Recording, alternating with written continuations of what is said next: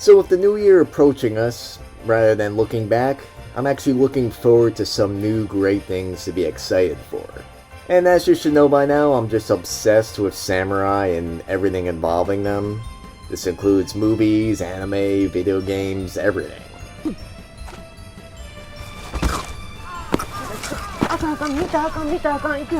So I decided to make a video just letting you know about all the great samurai stuff coming our way. It's definitely a lot of great things to look forward to with the new year. And actually too, you don't have to wait too long because some of this stuff is actually already out. While other stuff is in Japan, so that means while it has released already, we still have to wait. But anyway, starting off, we have the new announcement of Onimusha, the Way of the Sword. And this was announced by Capcom at the 2024 Game Awards. And for anyone familiar with the Onimusha franchise, then you just know how much of an outstanding action game series that this is. And it really just defied a genre for its time. And we've just been waiting years and years for a new entry in the franchise, and it's finally been announced. So this is definitely very exciting for fans. I know the recent Netflix anime wasn't too good, but hopefully this redeems all that. And Onimusha Way of the Sword takes place in Kyoto during the early Edo period. This is a time of relative peace in Japan, but suddenly chaos has befallen the ancient city, and it's twisted it into a eerie and unsettling place. And it's been infested by demonic Genma. Onimusha Way of the Sword will release for PlayStation 5, Xbox Series X and S, and Steam in 2026. And next we have Samurai Saint. So this is an upcoming animated feature depicting the true story of Takayama Yukan. This was a 16th century samurai who chose exile over renouncing his Christian faith, taking place during Japan's violent Sengoku period. It follows Yukan's rise through feudal Japan's military ranks and his eventual exile alongside 350 other Christians. So I'm really interested in just hearing this story. I may just read about it myself, but as someone who actually is a Christian, I am, and who also loves samurai content, I'm really interested in this Yukan person. So I'm hoping it's more so grounded in reality and doesn't just end up being about robots and demons. You never know with anime. But actually on top of this, they're also releasing a new role-playing game based on this film. And this will bring Yukan's world to the new generation of gamers. So definitely exciting stuff to look forward to. And next on the list I have Phantom Blade Zero. So this is an upcoming action samurai video game. And so far there's only been a few trailers for it. And actually it was first shown during PlayStation Showcase of 2023. And just from what we've seen, it definitely looks like a really awesome action game and something you really don't want to miss. Sort of like a dark samurai setting, and definitely some action similar to Ghost of Tsushima and Nioh. So hopefully we could get this game soon. I've been following it for a few years, and right now I'm only seeing a 2026 release. And next, I actually have two films by the same director, so he's definitely been busy this year. And both are by the veteran director Kazuya Shiraishi. And the first film is titled Bushido, but you also see on IMDb that it's titled Goban Giri.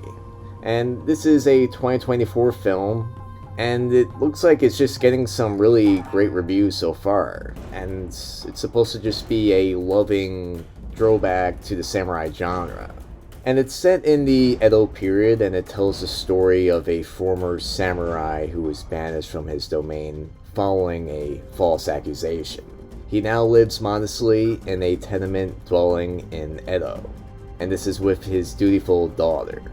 And the film's also led by some recent winners of the Japanese Academy Awards. It also features an all-star cast, and just a lot of great talent to bring this modern-day samurai with a twist film to life. And the other film by this director, also released in 2024, is titled 11 Rebels. And I did make a video already just briefly talking about this one. It's supposed to be just a highly entertaining and also highly bloody take on the tale of crooks and misfits that go on a military suicide mission on the promise of being pardoned should they happen to survive. So, just a really great concept. This could be an all-time classic. And it's been a while since we got a great samurai action film. Hopefully it lives up to something like 13 Assassins. And actually it does have a similar name. But from the reviews I'm seeing, the film is supposed to have a great balance of swordplay and also revenge-fueled drama. Lots of double-crossing political intrigue. So definitely look out for this one. And the next thing I have on this list is actually a game that's already out, so you could just go out now and play it. And it's titled Spirit of the Samurai. And just from the gameplay I've seen, there's just something very weird yet fascinating about this game. And I just love the stop motion inspired animation. Just really interesting to look at. It's also got some really dark and moody visuals. You know, I do love horror games, but there's something about this game that just has me obsessed almost. It's definitely got a similar design to Trek to Yomi, and I know a lot of people weren't a fan of that game, but it was a beautiful design and just call back to some old school samurai films. But anyway, the Spirit of the Samurai definitely has gripped me like nothing else in recent times, so it's definitely worth looking into. And next on the list I have A Samurai in Time. So this is another 2024 film that we're just waiting to get released in the States. It actually already released in Japan back in August. And again, I've been hearing great reviews for it. And this film follows a samurai during the late Edo period. One day while he's doing his job of fighting his superior's foes, a lightning storm interrupts his sword work and he gets knocked out. He then wakes up to find himself 140 years into the future. And on top of that, it's also his luck that they just happen to be filming a Jidaigeki television series. And the production company is always in need of a new stunt swordsman, especially if they're really good at fighting and dying in cinematic ways. So as you could tell from the premise, this is definitely a low-key comedy, but it does have some heartfelt moments, I'm sure, and Japan's just been really good at making those types of films lately. So I'm definitely looking forward to this one. You know, it's good to change it up with a good, lighthearted comedy every now and then with a samurai twist. And these last two that I have are more so honorable mentions, as there is a bit of controversy around them. They could be good or bad, we'll see. And the first is the latest addition in the Assassin's Creed franchise, titled Assassin's Creed Shadows. And is it me, or does this game seem like it just disappeared off of the face of the earth? I know everyone was talking about it in the summer, and then it just went away. But now we know that it's going to launch February 14th, 2025, and this is after following a delay. And this chapter is finally taking place in feudal Japan. And this is probably the most demanded setting by fans for years. Actually, probably since the second game came out, people have been just asking for this. I don't know why it took them this long. But this really should have been the most anticipated game in this franchise. But the developers made the strange choice of having you play as Yasuke and a random ninja girl. So that definitely killed a lot of anticipation. And honestly, we already sort of got a feudal Japan Assassin's Creed type game. That was Ghosts of Tsushima. So I feel like that already just satisfied us with, wanting the setting. And also too, that game had you play as an actual Japanese samurai. Just saying. But from what I've seen so far of the gameplay of this new Assassin's Creed, it looks alright, nothing too great. I for some reason have been just collecting every Assassin's Creed game since they first came out, so I feel like I sort of have to play this, but honestly I'm not really looking forward to it. But again, hopefully the delay added more polish to it. I don't know, but we'll definitely have to see on this one. And the other controversial samurai game on this list is Ghost of Yotei. And it is kind of weird and random that we're getting two controversial samurai games, maybe in the same year. But it does seem like in recent times, games and the developers are just getting more controversial. But this is the long-awaited sequel to the Ghost of Tsushima, which was just an outstanding game, probably the best game of that year.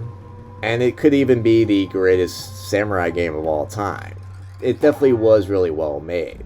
But honestly, even though I really like that game, nothing about this new entry really has me excited. At least from what we've seen so far. You know, the Hokkaido region doesn't really give me that traditional feudal Japan feeling that I'm looking for. And actually too, with the previous game, I thought the island of Tsushima, while it was beautiful, it also didn't really look like feudal Japan. You know, I want more of that Rise of the Ronin look. I really love the setting in that game. But it's also disappointing too that we're not continuing the story of the main protagonist from the previous game. And I really just liked playing as that character and how he was conflicted. You know, it definitely is a loss not to get more of that. And instead we're getting this female protagonist that I don't really know much about, but actually apparently the voice actor of her is a really obnoxious activist. So I thought that was definitely a really poor choice. So maybe I could just separate, you know, the art on this one, but so far I'm definitely not too excited for it.